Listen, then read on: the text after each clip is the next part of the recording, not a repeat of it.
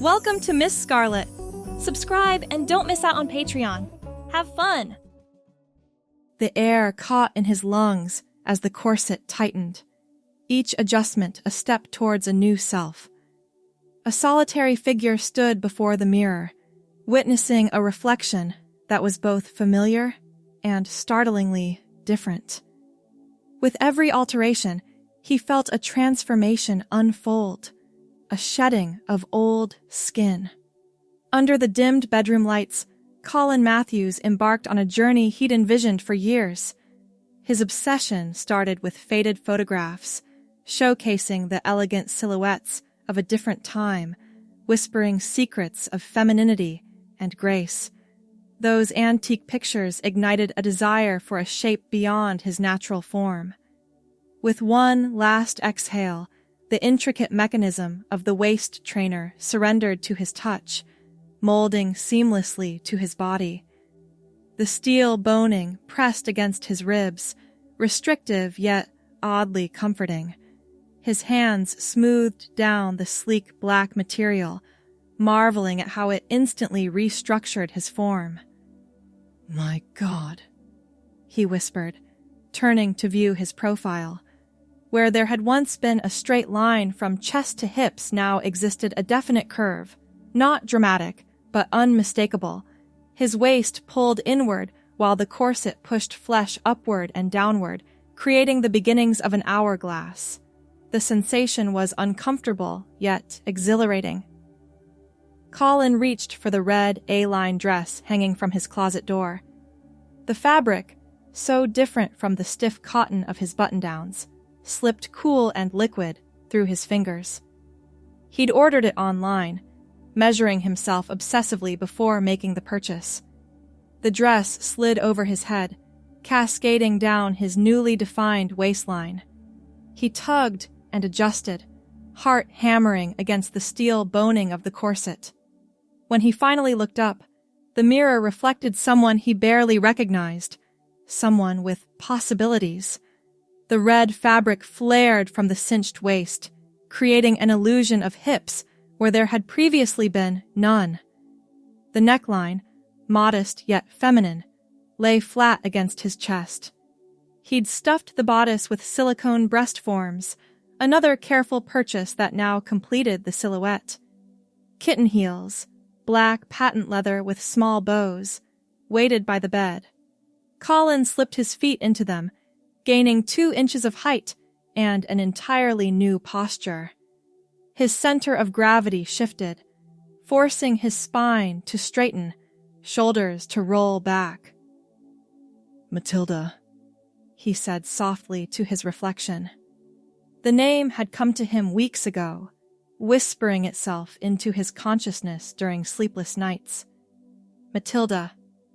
Feminine, classic, with a strength underlying its softness. Matilda looked back at him from the mirror. Auburn hair, his natural color, now styled in soft waves that brushed his shoulders. He'd been growing it out for months, enduring awkward questions and sidelong glances at work. Now, with a slight side part and gentle styling, it framed his face in a way that softened his features. She couldn't help herself. Matilda twirled, watching the red dress billow outward like a blooming flower. The movement sent a rush of joy through her body, so intense it bordered on pain. The dress settled back against her legs, the fabric making a hushed sound against her sheer black stockings. "Hello, Matilda," she whispered, extending one hand toward the mirror, as if greeting an old friend finally found. Her phone buzzed on the nightstand, breaking the spell. Reality crashed back. The cramped apartment, the stack of bills by the computer, Monday morning looming just hours away. Colin's life waiting to reclaim him. But as her fingers reached for the phone, she hesitated. The screen showed a notification from a local social group she'd joined online months ago, but never had the courage to attend. "Vintage fashion enthusiasts meetup, tonight at Clayton's, 8 p.m. Matilda checked the time. 7:15. Clayton's was only 20 minutes away. The thought of being seen, truly seen, sent panic spiraling through her chest. But something stronger pushed back against the fear. After years of collecting photographs, months of research, weeks of preparation, and hours of transformation, could she really return to being just Colin without allowing Matilda a single moment in the world? No, she said aloud, her voice stronger now. Not tonight. Her hands only trembled slightly as she applied a light coating of makeup.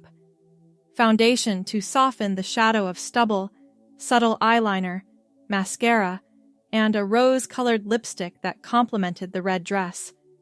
Each stroke of the brush felt like writing a declaration. A black clutch purse completed the ensemble. Matilda transferred only the essentials from Colin's wallet. ID, which would require explaining, she realized with a flutter of anxiety. Credit card, some cash, phone, keys. Breath mint. At the door, she paused, suddenly aware that once she stepped through it, everything would change. Colin had lived 32 years without anyone seeing this side of him. Matilda had existed only in private moments, in fantasies, in the safety of locked doors. Just one night, she promised herself, turning the handle. The hallway of her apartment building stretched empty before her. Each step in the kitten heels echoed against the worn carpet. The corset restricted her breathing to shallow sips of air, reminding her constantly of its presence, of the transformation it enforced upon her body. The elevator arrived with a cheerful ding that contrasted sharply with the thundering of her heart. Empty. She stepped inside, immediately confronted by her reflection in the mirrored wall. Matilda stared back, auburn hair catching the fluorescent light, red dress vivid against the elevator's gray interior. The lobby posed the first real challenge. The night doorman, Eduardo, had known Colin for 3 years. There would be no slipping past unnoticed. As expected, Eduardo glanced up from his crossword puzzle as the elevator doors opened. His eyes widened slightly, confusion evident in the furrow of his brow. "Good evening," Matilda said, pitching her voice higher, softer. Eduardo nodded, a slow smile spreading across his face. "Evening, miss." He returned to his puzzle, either not recognizing Colin beneath Matilda's appearance or choosing discretion. The night air kissed Matilda's skin as she stepped onto the sidewalk.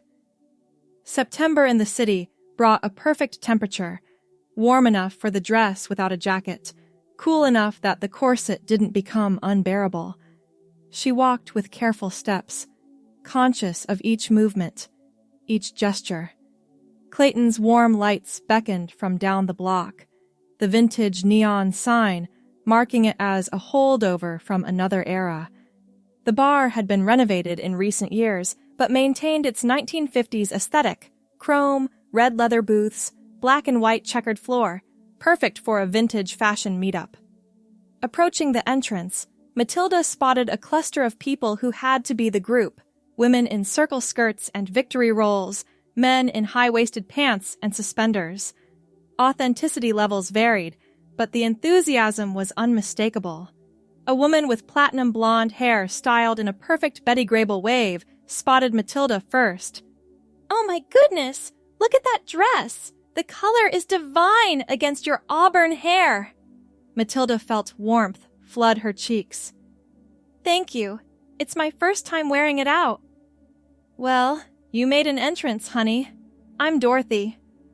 The woman extended a hand adorned with perfectly manicured red nails.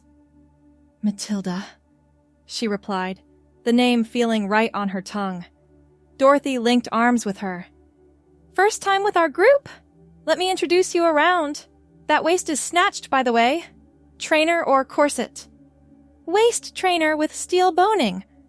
Matilda admitted, surprised by how easily conversation flowed. Thought so. I can spot the difference. Been wearing them for years myself. The next hour passed in a blur of introductions and compliments. The group was welcoming, full of people passionate about vintage aesthetics. No one questioned Matilda's presence, despite her height and the occasional deepness that crept into her voice when she forgot to modulate it. "Your first vintage piece?" asked a man named Richard, impeccably dressed in a 1940s-style suit, complete with pocket watch. "The waist trainer," Matilda replied.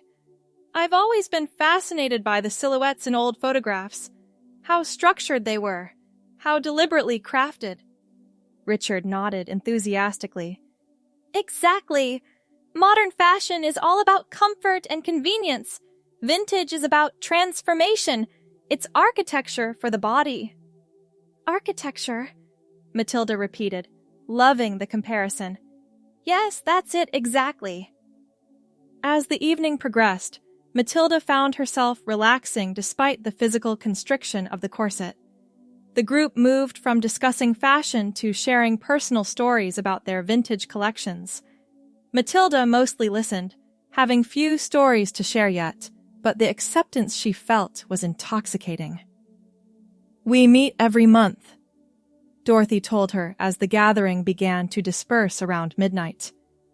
"Next time is a picnic in Riverside Park, weather permitting. Very 1950s, very Americana. You should come." "I'd like that," Matilda said, meaning it. Walking home, her feet aching from the unaccustomed heels, Matilda felt a clarity she'd never experienced. The night air seemed sharper, the city lights brighter. Each step was a decision to remain Matilda for a little longer. Eduardo had been replaced by the morning doorman when she returned to her building. This new face meant no recognition, no questions, just a polite nod as she passed through the lobby toward the elevator. Back in her apartment, Matilda stood before the mirror again. The makeup had held up well, the dress still perfect. Only her feet, now freed from the kitten heels, showed signs of the evening's adventure. The corset had become almost comfortable, her body adjusting to its rigid embrace. The thought of removing it brought an unexpected wave of sadness. To take it off meant the end of Matilda, at least for now.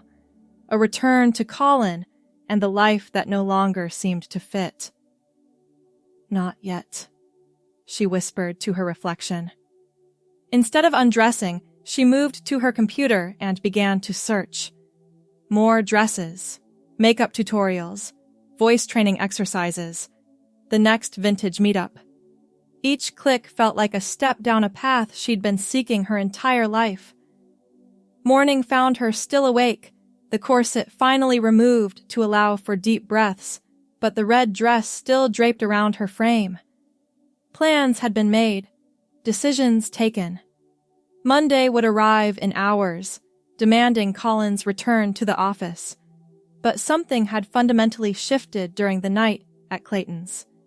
Matilda wasn't just a costume to be worn and removed. She was a self waiting to be fully realized. The weeks that followed established a rhythm. Colin during weekdays, button-downs and slacks, hair pulled back into what colleagues increasingly referred to as a man bun, minimal interaction beyond professional necessities.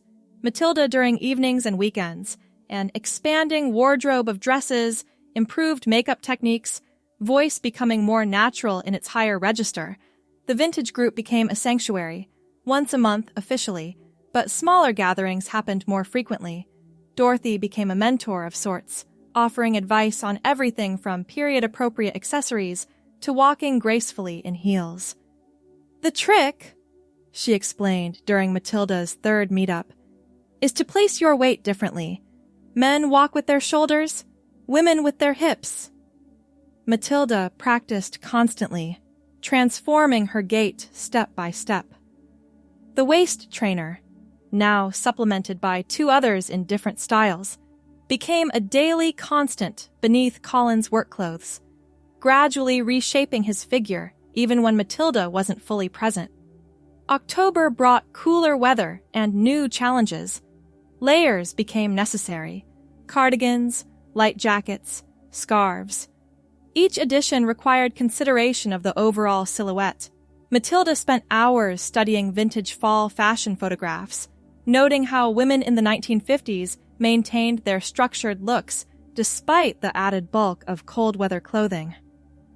"You're becoming quite the student," Richard commented at the October meetup, a Halloween-themed gathering at a members-only club with 1920s decor.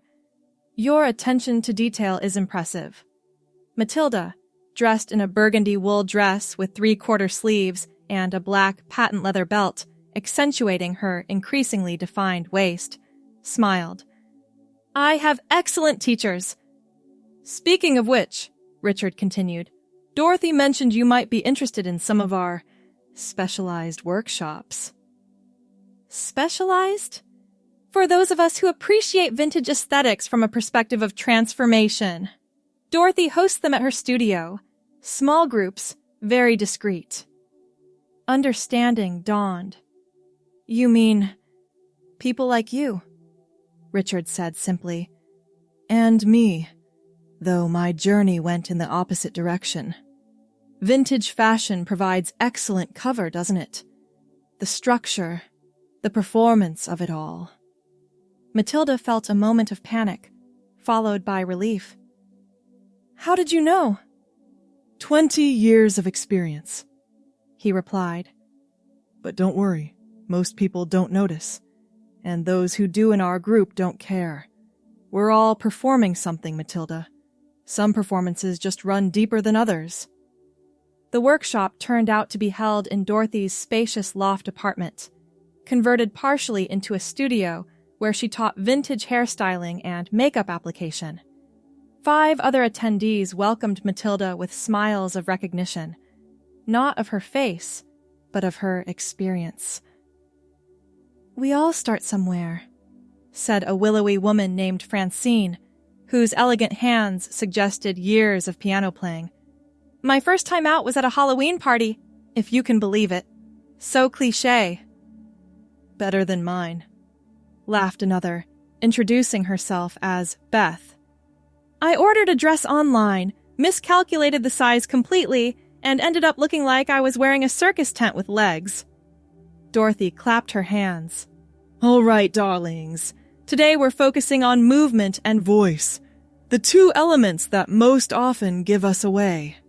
For 3 hours, Matilda absorbed everything: how to sit, stand, gesture, modulate her voice beyond just pitch. The physical techniques were challenging but concrete. The psychological insights proved more profound. "The single biggest mistake," Dorothy explained, "is thinking about yourself as someone wearing a costume. The minute you see yourself as performing, everyone else will too. You have to inhabit yourself completely, whatever self you choose to be." November brought the most significant challenge yet. Thanksgiving approached, along with Colin's traditional visit home to his parents and older sister in the suburbs. 4 days of family scrutiny, old photographs, childhood bedrooms, and expectations. "You could skip it," Dorothy suggested during a coffee meeting the week before the holiday. Matilda shook her head, auburn hair brushing against the collar of her cream-colored blouse. "They'd worry, ask questions, show up at my apartment possibly." "Then you go as Colin," Dorothy said practically. "One last performance." The thought created physical discomfort. Colin's clothes, once unremarkable, now felt like burlap against her skin. The absence of the waist trainer left her feeling unstructured, unformed. Colin's voice strained her throat. Colin's mannerisms felt like bad acting. Matilda had become more real than the identity she had been born with. "I don't think I can," she admitted. "Not for 4 days. Not convincingly." Dorothy studied her over the rim of her coffee cup. Then perhaps it's time for a different conversation with your family. The idea terrified and exhilarated her in equal measure. How? What would I even say? The truth, Dorothy replied simply. That you've discovered a part of yourself that needs expression. That you're happier, more authentic this way. That you're still their child, just with a different name and presentation. Matilda's hands trembled around her cup. And if they reject me? Then you'll have clarity, Dorothy said, and a chosen family here who already accepts you completely. The following days were spent drafting and discarding versions of the conversation. Matilda practiced in front of mirrors, into voice recorders, with Dorothy over video calls. No approach seemed adequate to convey the magnitude of the revelation or to sufficiently prepare for potential fallout. The Wednesday before Thanksgiving arrived cold and gray. Matilda stood in her apartment, suitcase open on the bed. Inside, 3 dresses, casual, semi-formal, and a backup, coordinating shoes, makeup kit, 2 waist trainers, and essentials for 4 days away from home. No male clothing, no retreat possible. She wore a forest green sweater dress for the train ride, the material thick enough to ward off the November chill while still showcasing the figure she'd carefully cultivated over the past months. Black tights, ankle boots with a sensible heel, and a camel-colored coat completed the ensemble. Her auburn hair, now long enough to brush her shoulders, was styled simply but deliberately feminine. The train journey passed in a fog of anxiety and resolution. Matilda rehearsed opening lines in her head until they lost all meaning. 2 hours later, she stood on the familiar platform of her hometown station, scanning the parking lot for her father's blue sedan. It appeared moments later, her mother waving enthusiastically from the passenger seat. Matilda's heart climbed into her throat, pulse pounding in her ears. Too late to turn back, too important not to proceed. Her father parked, and both parents emerged, expecting Colin, but finding someone else entirely. Her mother's hand froze mid-wave. Her father's step faltered. "Hi, Mom. Dad?" Matilda's voice carried across the short distance between them. Her mother recovered first, crossing the remaining space with determined steps. "Colin! What is this?" "It's me," Matilda said. "But not Colin anymore. My name is Matilda now." Her father had not moved from beside the car, his expression unreadable. "What are you talking about?" Her mother's voice dropped to a harsh whisper, eyes darting around the station platform as if concerned about witnesses. "Is this some kind of joke?" "It's not a joke," Matilda replied, maintaining the calm tone she'd practiced. "I've been living as Matilda part-time for months now. I'm happier this way. More myself." "Get in the car," her father finally spoke. "We're not doing this here." The ride home passed in excruciating silence. Matilda sat in the back seat, hyper-aware of every rustle of her clothing, every breath that pushed against her waist trainer. Her mother stared straight ahead. Her father's knuckles whitened on the steering wheel. Their family home appeared unchanged. 2 stories of comfortable suburban living, decorated with tasteful restraint and decades of memories. Inside, Matilda's sister waited, alerted by a terse text from their mother during the drive. "Holy shit," was her greeting, eyes widening at the sight of Matilda. "You look amazing, actually." "Thanks, Emma," Matilda managed, relief at one positive reaction making her voice catch. The kitchen became the site of reckoning. Matilda sat at the familiar oak table, hands folded atop the forest green fabric of her dress. Her mother busied herself making coffee no one had requested. Her father stood by the window, still silent. Emma perched on a stool, watching the scene with undisguised fascination. "So, you're transgender?" Emma asked directly when the silence stretched too long. Matilda nodded. "Yes, I've known something wasn't right for years, but I didn't have the words or courage to address it until recently." "And this decision was made when exactly?" Her mother finally spoke, placing mugs of coffee before each of them with mechanical precision. "It wasn't one decision," Matilda explained.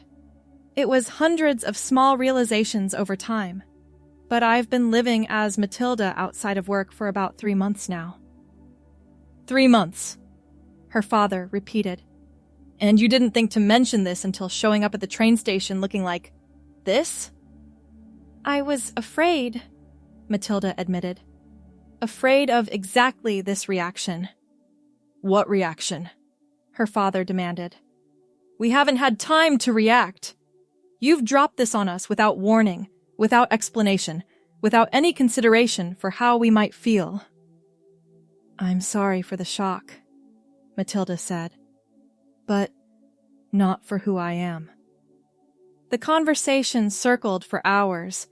Questions were asked, some answered satisfactorily, others left pending. Emotions flared and subsided. Coffee grew cold. Evening shadows lengthened across the kitchen floor. "I need time to process this," her mother finally said. "You've had months. We've had hours." "I understand," Matilda replied.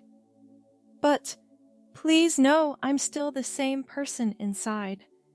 Same memories, same values, same love for this family." "But a different name," her father said. "Different everything on the outside." "Yes," Matilda acknowledged. "Because the outside finally matches who I've always been inside." That night, in her childhood bedroom, still decorated with artifacts from Colin's life, sports trophies, science fair ribbons, posters of bands long disbanded, Matilda lay awake, staring at the ceiling. The day had been exhausting but cathartic. No doors had slammed, no ultimatums issued, just confusion, hurt, and the first tentative steps toward understanding. A soft knock interrupted her thoughts. "It's Emma." Her sister's voice came through the door. "Can I come in?" Matilda sat up. "Yes, of course." Emma entered, closing the door quietly behind her. She studied Matilda in the dim light from the bedside lamp. "This can't have been easy."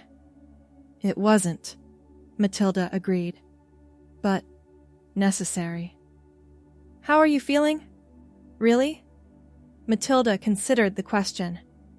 "Terrified, relieved, exhausted, free." Emma settled at the foot of the bed. "I have questions, a lot of them, but they can wait if you're tired." "Ask," Matilda said. "I'd rather honesty than silence." "Were you always unhappy? As Colin, I mean." The question struck deeper than expected. "Not unhappy exactly. More incomplete. Like I was playing a role that never quite fit. And now? Now I'm playing a role that feels like it was written for me." Matilda smiled. "Even when it's difficult, it feels right." Emma nodded slowly. "Mom will come around. Dad, too, eventually. They love you. They're just recalibrating." "And you?" Matilda asked. "Are you recalibrating too?" "Me?" Emma laughed softly. "I always knew there was something different about you. Didn't know what exactly, But this actually makes a lot of sense now that I see it. The conversation continued, sisters sharing confidences until well past midnight. When Emma finally returned to her own room, Matilda felt something she hadn't expected to find on this trip home. Hope. Thanksgiving Day arrived with awkward formality. Her parents spoke carefully, using no name rather than commit to either Colin or Matilda. Emma compensated by using Matilda at every opportunity, sometimes comically so. The traditional family photographing was quietly abandoned. By Friday, small normalcies had begun to reassert themselves. Her mother asked about work. Her father inquired about Matilda's apartment building. Questions about her transformation came in manageable increments rather than overwhelming floods. Saturday morning, as Matilda prepared to return to the city, her mother appeared in the doorway of the guest room with a small package wrapped in tissue paper. "This was my mother's," she said, extending it. "I think she would have wanted you to have it."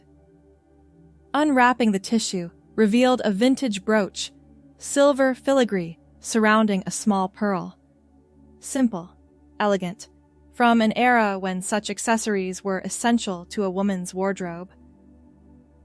"It's beautiful," Matilda whispered, throat tight with emotion. "It'll look nice with that green dress," her mother said, not quite meeting her eyes. "The colors complement each other." The gift wasn't acceptance, not fully, but it was acknowledgement, recognition. The first tentative reaching across a divide Matilda had feared might be unbridgeable. "Thank you," she managed, pinning the brooch to her dress with trembling fingers. Her mother nodded once, then turned to leave before pausing. "This will take time, you understand, for all of us." "I know," Matilda replied. "I'm grateful for any time you're willing to give me."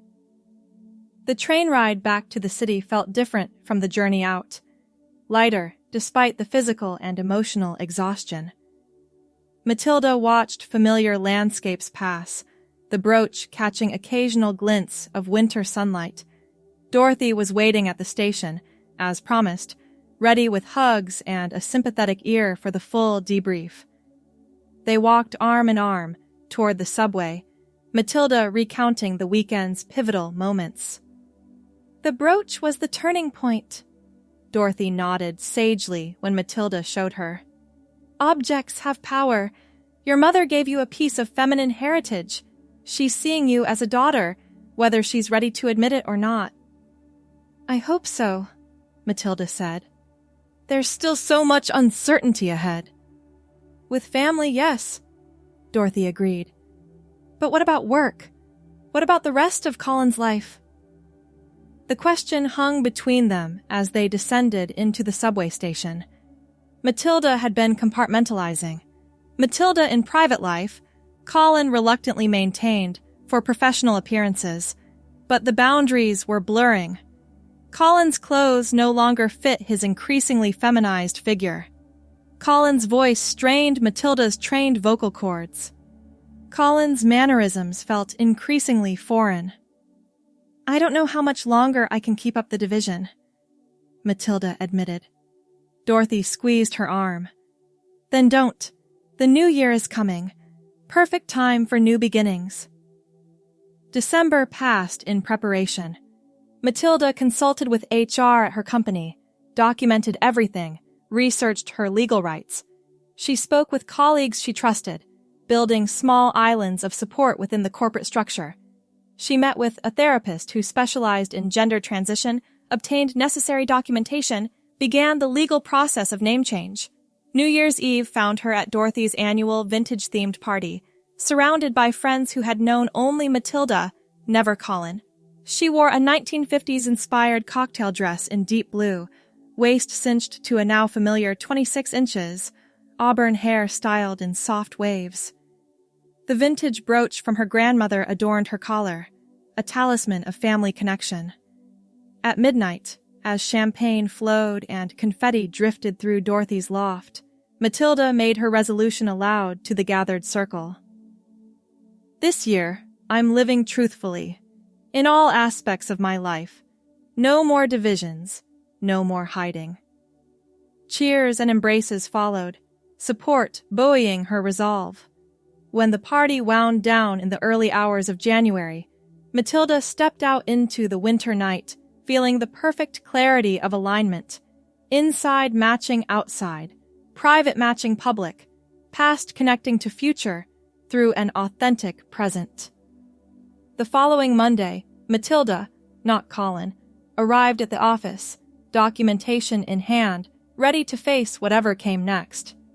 Her navy blue pencil skirt and cream blouse were understated, professional, appropriate for the corporate environment. Her makeup was minimal but precise. Her auburn hair was pulled back into a neat chignon. The receptionist did a double take. Colleagues stared, then whispered. Her direct supervisor, forewarned, met her with a handshake and directed her to HR for the prepared meeting. Not every reaction was positive. Not every conversation went smoothly.